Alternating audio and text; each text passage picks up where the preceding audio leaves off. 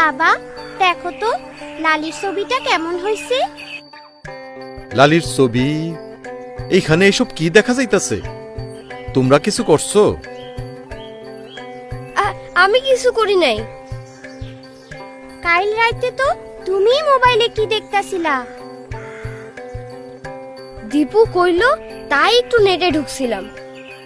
মোবাইলে তো টাকা নাই, আরে চার্জও তো নাই। কামটা তুমি ভালো করো নি, আমারে জিগে এবার পারতা।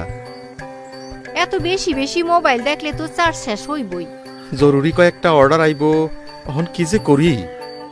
তুমি দোকান থেকে টাকা ভরে নিয়ে আসো। মিনা, মোবাইলটা চার্জে দাও, আমি দোকান থেকে আইতাছি।